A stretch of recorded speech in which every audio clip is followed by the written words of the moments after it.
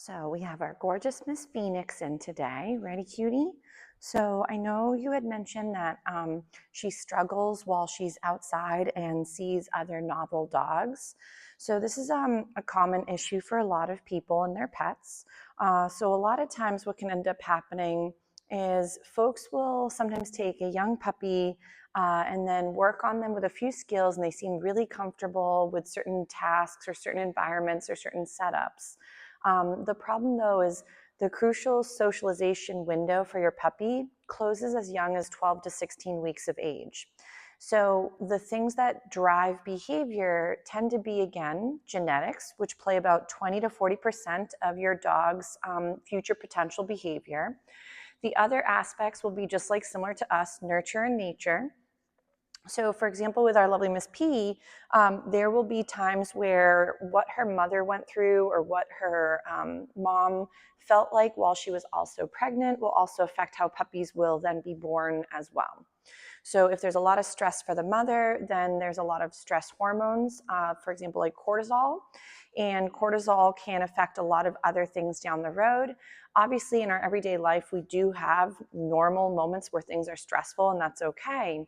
But for some female dogs, while they're being bred or are stray dogs or whatever, if there's a lot of stressors, then that stress, in the sense of the hormone cortisol, transfers from the mother through the placenta into the puppies. So there can be puppies that are born with a lot of anxiety that have never had any real negative experiences or exposures. So with Miss P, there could be also the fact that you mentioned she is friendly with certain dogs that she knows. So I always tell students, think about your dog very similar to you. You might be friendly towards friends or family members you know that you expect certain standards for interactions. But if, let's say, a stranger came up to you and tried to act the same way your spouse does or something of that nature, you may also have a few choice words or get overwhelmed or want to create distance. So for some dogs, being dog selective or even people selective is very normal. Just like with us, we may be choosy in who we want to become friends with, we might be just acquaintances, and who we might not want to ever hang out with. So with our little lady, I know you wanted to get her out and about. So I was just doing a little bit with that positive interrupter just to see if I can get her attention. She did go out and just went potty. So she did have a little potty break, which was great. For this lovely lady, she, for example, has seen our other little black lab puppy, who you kind of met his mom on the way in and out. So with Mr. B, she did do a few moments where she watched him through the fencing. So I know a lot of folks always want me to work on getting their dog comfortable with every single new person, inanimate object, dog, puppy.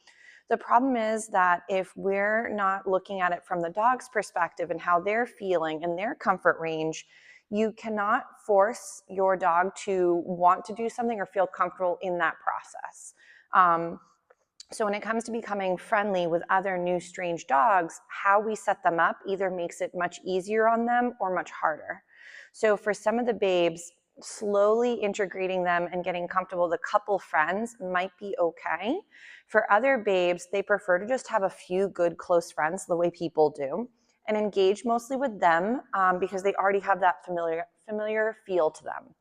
When it comes to novel friends, so like right now, as I'm blabbing, I'm just doing a few little find its for Miss P. I want her to think that when she comes, it doesn't always have to be too challenging. She is 3, so getting her to like rework the way she feels about novelty is more like working a bit of counter conditioning. So you are no longer socializing a dog once they're past 12 to 16 weeks.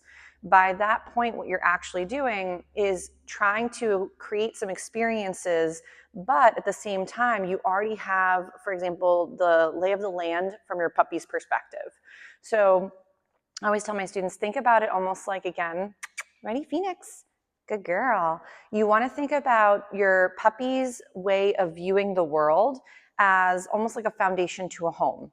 If we've already poured the foundation, we already started to add in other elements, you can't decide to all of a sudden change it up and completely come up with a brand new blueprint if you've already started the process of building.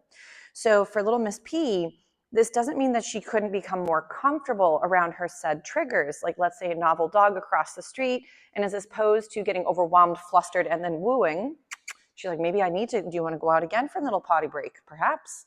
So if, for example, building up safety feelings around certain things then helps her feel less overwhelmed, you're going to then get less reactivity type like behaviors. So remember that your babe is not trying to give you a hard time, but having a hard time. Nice job. Good job, cutie. So if, let's say, for example, Miss P sees something across the way and then barking at it makes it keep going and goes away, even though that person was just finishing up their walk or going back into their home, from her babe's perspective, the barking did make her feel safe because it made the thing leave her alone. So I know you mentioned she does play with a few of your known dog friends. That's, again, going to be very different than doing speed dating when you didn't want to and then being forced to do those meets and greets when you weren't interested. So a lot of times, ready, Phoenix? Ready? Come check it out. So for little Miss P, you can see that she's a little bit still overwhelmed. It's only day number 2. So I know we briefly chatted this morning about how it might be nice to have you and her be working a couple things together as well.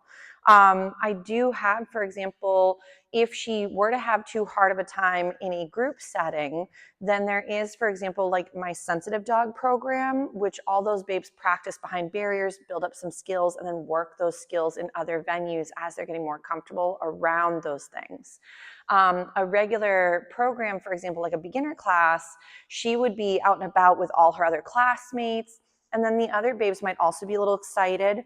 But it wouldn't be to the point where we don't want her to go into a program and feel like she's not progressing or feel that she's not feeling safe or that she's feeling too overwhelmed by the setup. So I was going to see how she was feeling by week number 2, and she's doing all right. But I would love to see a little bit more comfort out of her. And because she's the one who decides her comfort range, there's only so much that I can rock without really having much of a rapport with her. So like I know I mentioned earlier with the other gentleman, is I've known them since they were much younger, and they've been coming here for months or even like half a year or more now. So for our little lady, she is doing well for, again, this being her very first time in a training facility with a brand new strange lady, with the novel new friends and all the smells and sights of sounds that are going on in the building. So the fact that she's taking food, I mean, is good, but you can see that she still, does a stress pant. She's still pacing. She's a little bit whiny. She's a little bit wanting to go check out the door because, again, that's where mom went through. So I'm not, again, one for forcing dogs to cope.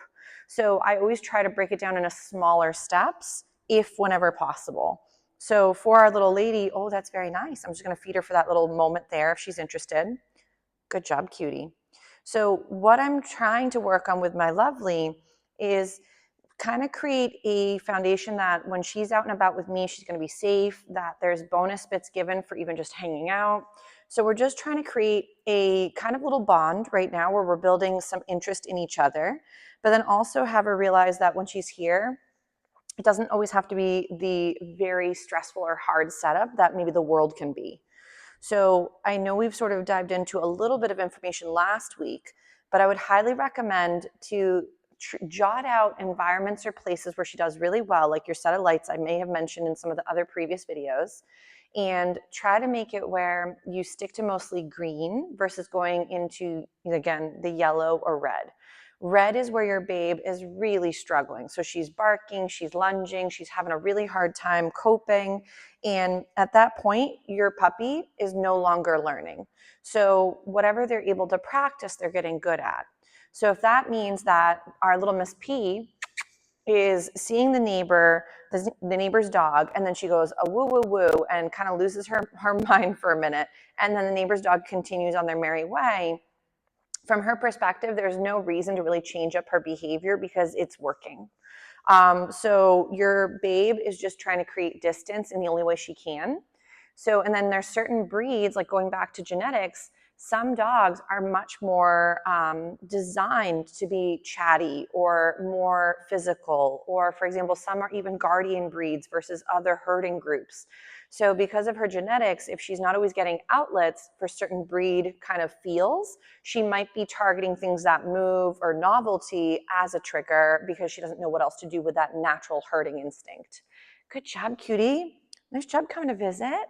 So with our gorgeous gal, I also noticed that the only snack she had, which is okay, but she doesn't really love them when she's a little bit overwhelmed, is that she has these teeny little chicken treats, which are great, but then the only other option is kibble. So from her perspective, when she's working really hard or doing something really easy, she gets pretty much the same paycheck no matter what. Good job coming to visit, Miss P. That was beautiful. Yes. So I'm just going to feed her right over here. So we do want to have a bit of variety when it comes to our food.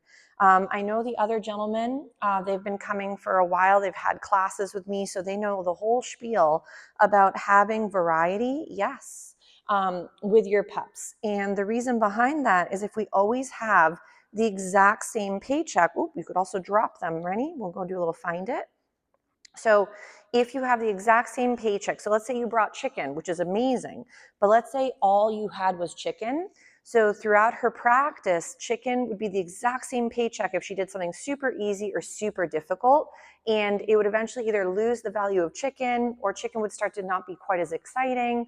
So I would recommend sometimes having 3 varieties, but make sure they're of different value to her. If they're all about the middle, then it's kind of always like no matter how hard you do something or work at something, for example, you get the exact same paycheck. So I'm going to try right there, yes, with my little kissy noise. So I'm not trying to force her to come closer to me, but I want to see if I can get her to disengage from the fencing and see if she'll do a little check-in over this way. So now she's going and finding little morsels that she left behind. Some of them are better than others, she says. So, but when it comes to reactivity, there's a lot of causes behind it. 80% of reactivity cases actually stem from anxiety and pain. Sorry, let's try that again. My brain's not working. So about 80% stem from, for example, an ailment. So it could be pain or a toothache. It could be GI issues or even allergies. So if you're constantly kind of a little bit under the weather, it does tend to, nice job, cutie, affect your behavior.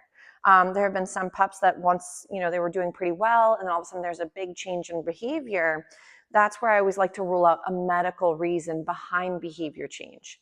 If she's always been a bit sensitive, it's more than likely this is just the way she feels when she first sees something, and then we need to help her figure out ways to change those responses. So a lot of times people try to work the behavior or the new skill while the dog is already failing. And that's not going to be a great time to learn or to change response. So when you're dealing with reactivity, especially, you have to work them prior to having an episode.